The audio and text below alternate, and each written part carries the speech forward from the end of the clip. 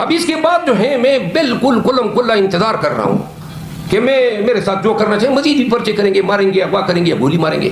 تو لہٰذا میری ہمت میری طاقت ہے، میرا حوصلہ میری طاقت ہے، اور میں ہمت اور حوصلے کی دائیں بائیں نہیں دیکھتا ہوں کہ کوئی مجھے حوصلہ دے گا. اپنے تئیں میں نے بیڑا اٹھایا ہوا ہے، اور اس بیڑے کو دیکھیں 400 میں گیا، ایک جگہ پہ تالے لگائے، آپ کو علم ہے، دوسری جگہ پہ گیا وہاں پہ انہوں نے کرسیاں اٹھا دی، تو تیسری جگہ میں ڈٹ گیا. ہزاروں کی تعداد میں میرے ساتھ ورکر تھے، تو پھر ان کی ہمت نہیں ہوئی. اب ہم نے کورٹ سے اجازت لے لی ہے. آپ کو علم ہونا چاہیے کہ عدالت سے مجبور ہو کے اب وہ ڈپٹی کمشنر ہمیں اجازتیں بھی دے رہے ہیں. اور یہ آج کی بات تو نہیں ہے کہ میں بول رہا ہوں، 10 دسمبر کو یاد کریں نا، یعنی 9 مئی کے بعد فوراً میرے بیانیے میں کوئی لغزش آئی ہو، کوئی کمزوری نکات فیل کی ہو تو بتا دیں انشاءاللہ. دیکھیں سب کو میں ایک بات بتا دوں، لوگ ڈرتے ہیں پریس کانفرنس کے لیے مجبور ہو جائیں گے اگر اغوا ہو گئے.